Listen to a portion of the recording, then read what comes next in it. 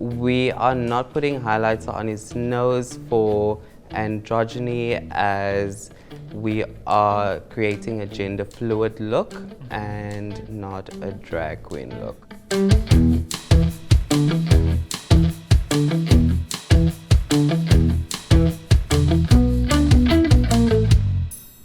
We've been discussing gender fluidity and androgyny in today's episode, and I thought it takes a village usually to put something good together. So I'm joined by Phumlani from 𝐏𝐴𝐻𝐻, a model agency, as well as Oswald from Opia Experience. Today we're going to explore what to do, what not to do, what we shouldn't be doing, what we could have been doing, and just playing around with it. So join us, stay tuned, and let's have some fun.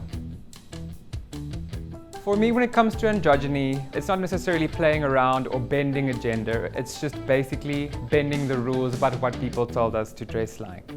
Today, I'm lucky enough to be joined by Phumlani, and we'll be playing around with the masculine and the feminine, not just silhouettes or genders, but what we've been told. We'll be breaking some rules, and I always think, why the not?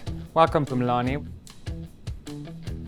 Phumlani is wearing a nice casual bomber jacket with some camo print on it, casual slacks, and some sneakers. So some of the items that Phumlani is wearing is usually stereotypically quite male or manly, but if you're a woman, you can pull it off as well. And if you pull it off well, then why the hell not? So I'm going to work some magic on Phumlani to show you guys how we play around with silhouettes, because we're not changing a gender, we're just playing around on the borders thereof.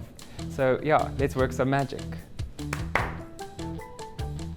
I'm sorry if you're disappointed that he's not wearing a dress, but that's exactly what dressing androgynous is about. Playing on the lines of the masculine and the feminine. So I dressed Phumlani in a quite structured menswear shirt, but we took away some of the details on this shirt. So this is a Madame mode shirt that she took off the collars and some of the more masculine looking features, put a mandarin collar on the sleeve.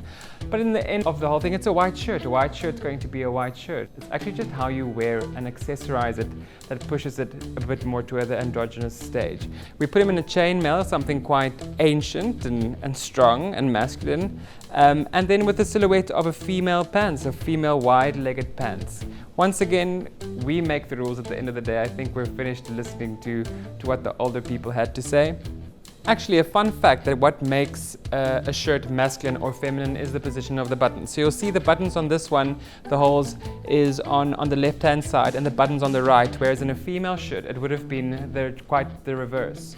So follow the rules. You'll see some of the shirts tell you their story if they really want to. But if you want to mix it up, if you're a guy and you want to wear a nice oversized shirt dress, do so. And if you're a girl and you see a very nice men's shirt, then wear it. So Oswald's going to take this complete look and this face to a next level. Let's see what he gets up to. So Oswald, what are you planning on doing on this face just to make it a bit more androgynous? So what we're going to do with Phumlani is soften up his features by accentuating the cheekbones, and you'll see I'm going to be placing it higher up, which is making the face a bit more gender fluid. That's actually the nice thing, is you're enhancing some of the feminine features and not hiding the masculine features, but also accentuating them. Yes. So it's just playing on the facial features basically. So moving on to the next look, I think we're going to play around with a bit of softer silhouettes, and this is not necessarily something so structured. And then, as Oswald said, accentuating both the masculine and the feminine features on our beautiful Phumlani. And this is what I had in mind. Fluidity, and why not? I think if history has taught us anything, we're more than welcome to go revisit some of the ancient stuff the people before us did. Androgyny is not a new thing, and some of the silhouettes that we've seen is not new silhouettes. It's been worn by people ages and ages and ages before us. We aren't pioneers, guys. We're just exploring the borders and exploring the limits. So he is basically now dressed in a non-specific nothingness, which is actually what androgyny is. It's not specified to the one gender, it's not specified to one culture even. I think we should explore those borders more often and take a bit of risks. I've accessorized this look, which is kind of non-specific, with something quite feminine, just to push it more to a feminine side, because of course his masculine face for me basically just balances that out. So I'm quite happy with a non-specific non-gender related, non-culture related look. We're going to invite Oswald in just to blur the lines for us a bit more and make it maybe perhaps a bit more non-binary. Alright, Tiaan, so what we're going to do now is we are actually going to be accentuating his cheekbones just by highlighting to also create a bit more of a youthful, dewy sort of skin, just to accentuate what we already have with contouring, making or defining the jaw and the cheekbones. So we are actually just highlighting that, the higher points.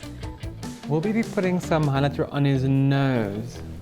We are not putting highlighter on his nose for androgyny, as we are creating a gender fluid look and not a drag queen look. Okay, so we're staying away from some of the like stereotypical feminine Yes, features. but what I will do is I will highlight his cupid, Okay.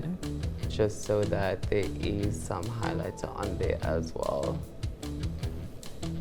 So we're in agreement that androgyny is not necessarily trying to make a man look like a woman and vice versa. It's just kind of blurring that line. It's enjoying and celebrating who you are as a person and highlighting all your strong features. Perfect. Thank you so much, Oswald. I think it turned out quite well. I think if I was in charge, we would have ended up with a bit more of a drag queen, because I'm not scared of that, but I think it was a very happy medium. Let me walk you through our next look. So if you actually paid attention, you'll now realize that the direction of his button switched. So the feminine part looks like a skirt. Maar dis eintlik 'n broek, julle. Dis 'n broek. So, law materiaal. Die wat weet wat sy doen. She stitched it in 2 circle skirts into a pair of pants. So she took a very, very masculine shape, a pant, and turned it into a skirt, which is great. It's also just finding a little balance between something historically masculine and making it look quite feminine. And this is, I think, what we did with both of these items. Took a shirt, made it look quite masculine, it's a feminine shirt, and took pants, a pair of pants, made it quite feminine, combined it, and that's where the magic happens as soon as you start combining things. Moenie jouself keer nie, guys, daar is regtig nie 'n grens nie. So ons stel vir onsself hierdie grense in, en samelewing, society stel ook vir ons hierdie grense in. Op die einde van die dag moet pas op vir die grense wat vir jouself instel. Like, we are not bound by any gender anymore, not really. We aren't bound by gender, we aren't bound by what society expects us to dress or get dressed in the mornings.